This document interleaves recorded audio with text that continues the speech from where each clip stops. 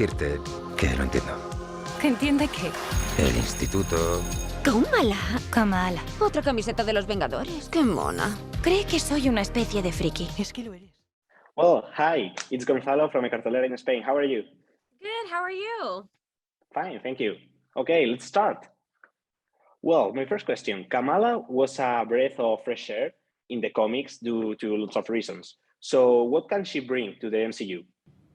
I mean, I think she's going to bring the same kind of breath of fresh air to the MCU that she brought to the comics. I think you're going to see a very different take on the MCU. It's going to be all through the lens of Kamala and her world and her, you know, her community, her family. I think at the same time, it's going to be very familiar because it's a very classic Marvel tale. It's an origin story in the best ways. And so I think people are going to be very excited about what they're going to see. And they're going to be surprised about what they're going to see. Yeah, totally. I agree with you. I already watched the first 2 episodes and that's very clear. Okay. You're surprised, yeah. Yeah. I was, and I've already watched the beginning. That's great. Okay, in the MCU, we already have Spider-Man, we have Kate Bishop, we have Yelena, we have Tommy and Billy, now we have Kamala.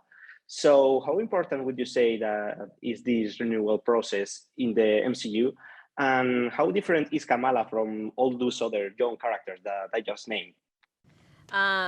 Well, I mean, I think Kamala is you know, kind of her own little special thing because she is such an overt and huge fan of the Marvel superheroes. Like, she's an uber fan, like, to the point that some people would be like, what's wrong? Are you okay? Like, do you need anything? Like, she's just so over the top about her love.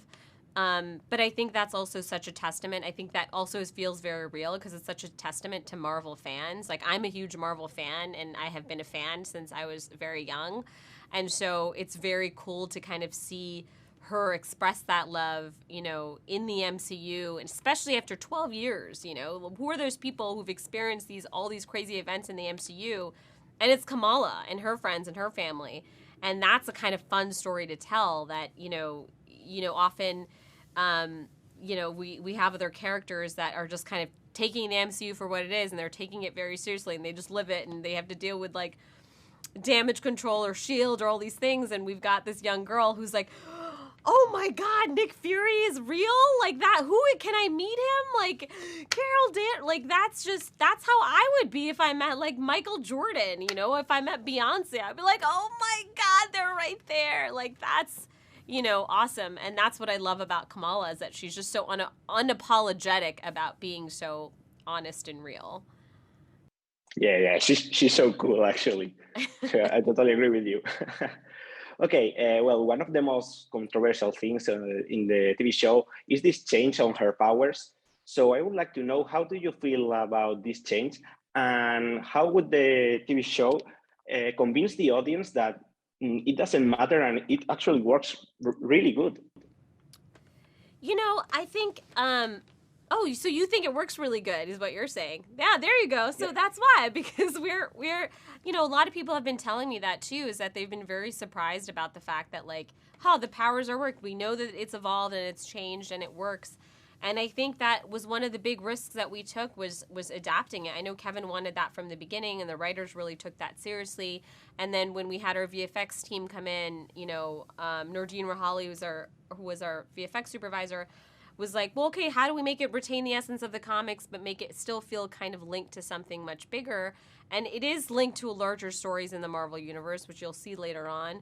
And it's also linked to her cultural inheritance and her power from her past, which I think is incredibly important to this identity story, incredibly important to what I think made the comic so great.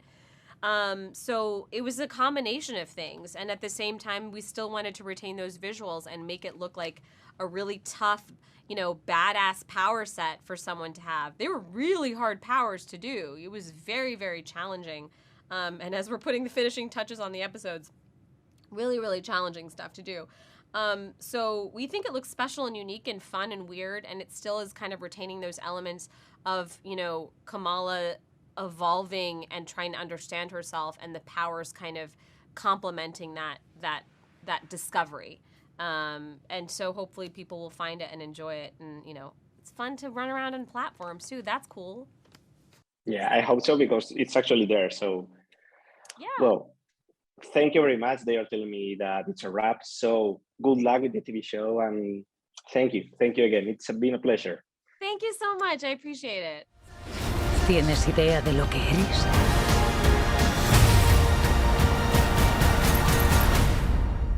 Una superheroína.